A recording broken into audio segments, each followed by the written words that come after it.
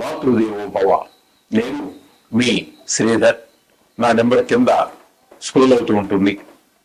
మీకు జాతకపరమైనటువంటి సమస్యలు ఏమైనా ఉన్నట్టయితే మమ్మల్ని సంప్రదించవచ్చు. గోచార ఫలితాలు అయితే ఇప్పుడు చెప్తున్నాము. దీని గురించి అయితే ఎవరు ఫోన్ చేయవలసిన పని లేదండి.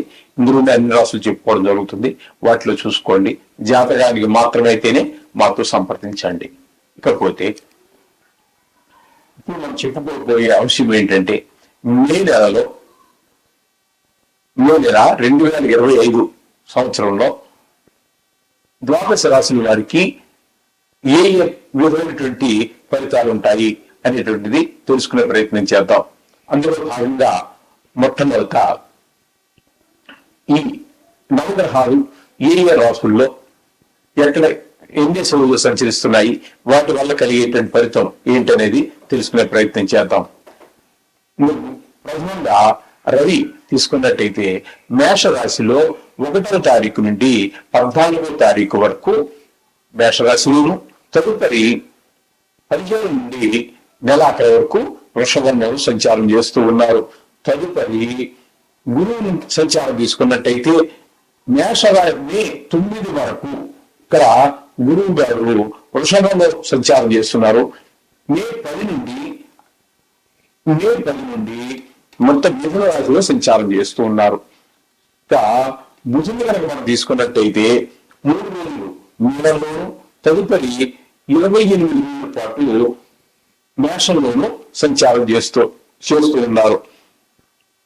ఇంకా కుజుని యొక్క సంచారం తీసుకున్నట్టయితే నెల మొత్తము మనకి కర్కాటకంలో సంచారం చేస్తూ ఉన్నారు. ఇంకా శుక్రుడు కనుక తీసుకున్నట్టయితే శుక్రుడు నెలంతా కూడా మీనరాశిలోనే సంచారం చేస్తూ ఉన్నారు. శని భగవానుడు కూడా నెలంతా మీనరాశిలోనే సంచారం చేస్తూ ఉన్నారు. రాహువు తీసుకున్నట్టయితే రాహు సంచారం 1వ తారీఖు నుండి 16వ తారీఖు వరకు మీనరాశిలోను, తదుపరి వక్రగతి కారణంగా కుంభంలో అంటే వెనక్కి వస్తున్నారు. ఈ విధంగా సంచారం రాహు గ్రహ సంచారం ఉన్నది. ఇంకా కేతు సంచారం కనుక తీసుకున్నట్టయితే 1వ తారీఖు నుంచి 16వ తారీఖు వరకు కన్యా రాశిలోను సంచారం చేస్తున్నారు. తదుపరి వక్రగతి కారణంగా కన్య నుంచి వెనక్కి అంటే సింహంలోకి ప్రవేశిస్తూ ఉన్నారు. ఈ విధంగా మొత్తం గ్రహచారం అంతా ఈ నెలంతా అలా ఉన్నది.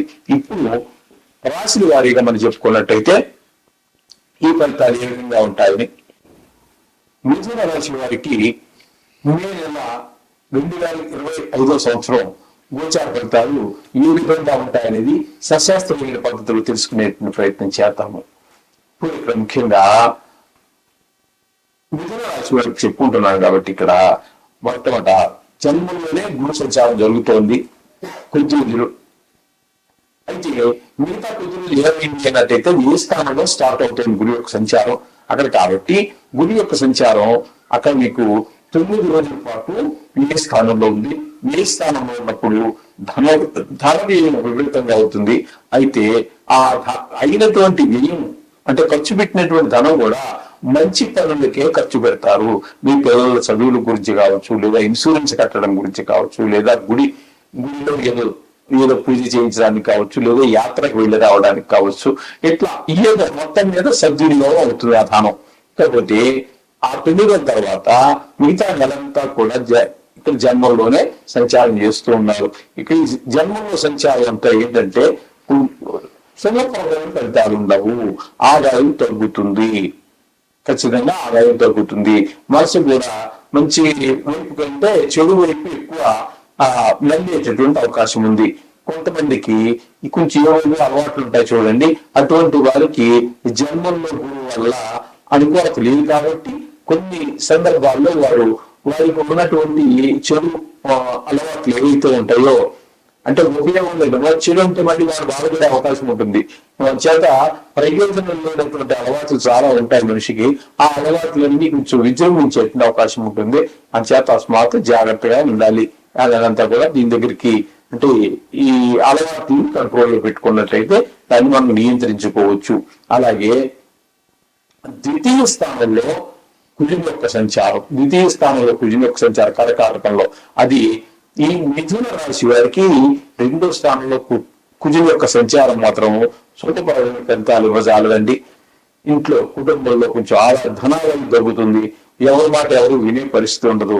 ఒకవేళ వినేట్టు నటిస్తారేమో కానీ వినరండి. ఈ విధమైనటువంటి అలాగే కాకుండా మాటలో కూడా పరుషం పెరగటము ఇట్లాంటివన్నీ కూడా అంటే కఠినంగా మాట్లాడుతూ ఉంటారు. వాళ్ళకి తెలియదు, వాళ్ళు మామూలుగానే మాట్లాడుతున్నాం అనుకుంటారు. కానీ అది ఎవరి వాళ్ళకి ఎక్కడో కొంచెం కఠినంగా అనిపిస్తుంది. తద్వారా కొంచెం చికాకులు పరాకులు ఇవన్నీ సహజం. ఈ ఫలితాలన్నీ కుజుని యొక్క సంచారం వల్ల కలుగుతూ ఉన్నాయి. ఇకపోతే కేతు యొక్క సంచారం కనుక మనం తీసుకున్నట్టయితే చతుర్థ స్థానంలో ఒక 16వ తారీఖు వరకు, మే 16 వరకు, తదుపరి ఈ తృతీయ స్థానమైనటువంటి ఈ సింహంలో సంచారం చేస్తున్నారు. కారణం ఏంటంటే వక్రగతి కారణంగా, వక్రగతి సంచారం కదండి ఆయన ఇప్పుడు కూడా. అందుచేత ఈ మిగతా 15 రోజులు 4 చతుర్థంలో సంచరించే 16 రోజులు శుభవంతాలు ఇవ్వజాలరు. అన్ని అంటే అన్ని వస్తువులు ఉన్నప్పటికీ కూడా సుఖాన్ని మనం పొందలేకపోవడం లాంటివి జరుగుతూ ఉంటాయి. ఇక తృతీయంలో సంచారం చేసే 15 రోజులు మాత్రం ఖచ్చితంగా చాలా మంచి ఫలితాలు ఇవన్నీ కూడా కేతువు మనకి ఇస్తూ ఉంటాడు. అంటే ఇరుగు పొరుగు వారు కావచ్చు, వ్యాపార స్థలంలో కావచ్చు, ఉద్యోగ స్థలంలో కావచ్చు, అనేక రకాల వృత్తులు వ్యాపారంలో అక్కడ కూడా కావచ్చు, మన ఇంటి దగ్గర కూడా ఇరుగు పొరుగు వాళ్ళు కూడా మనతో స్నేహంగా ఉండటం లాంటి పరిస్థితులన్నీ కూడా కల్పిస్తూ ఉంటాయి. అంతవరకు మనకి శత్రువులుగా ప్రవర్తించినటువంటి వారు కూడా మిత్రులుగా మారేటటువంటి అవకాశం మనకి స్పష్టంగా గోచరిస్తూ ఉందండి ఇక్కడ కేతు యొక్క సంచారం వల్ల, తృతీయంలో సంచారం వల్ల. ఇకపోతే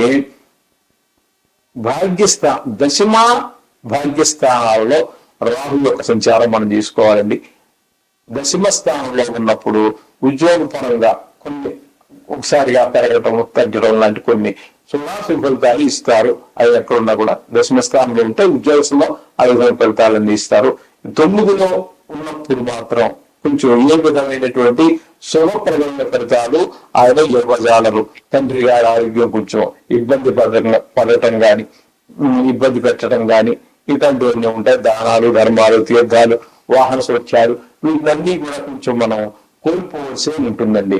ఈ 9 భాగ్యాలన్నింటినీ ఎన్నుకోవాల్సి వస్తుంది రాహు యొక్క సంచారం వల్ల. ఈ విధమైన ఫలితాలన్నీ కూడా మిథున రాశి వారికి రాహు వల్ల కలుగుతూ ఉన్నాయి.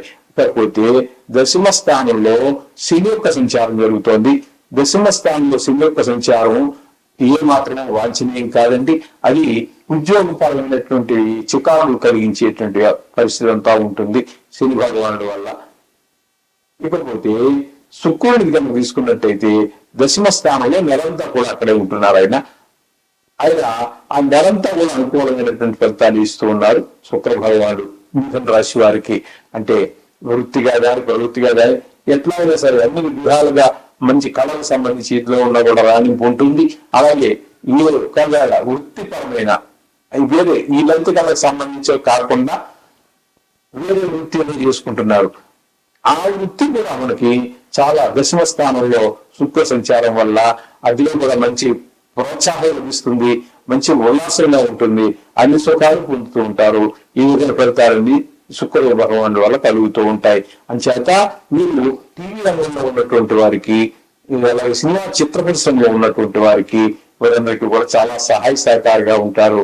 అలాగే విభిన్నంగా తీసుకున్నట్టయితే 1-3 రోజులు మాత్రం దశమ స్థానంలో ఉంటారు. దశమ స్థానంలో 3 రోజులు బాగా యోగిస్తారు. తదుపరి ఏకాదశ స్థానం వేషంలో ప్రవేశిస్తారు. అక్కడ 15 మిగతా రోజులు అంటే 3 రోజులు పోతే 28 రోజులు ఉండేదంతా కూడా ఈయన దశమ ఏకాదశ 2 స్థానాల్లోనే కూడా ఈ మిథున రాశి వారికి బుధుడు అనుకూలమైన ఫలితాలు ఇస్తారు.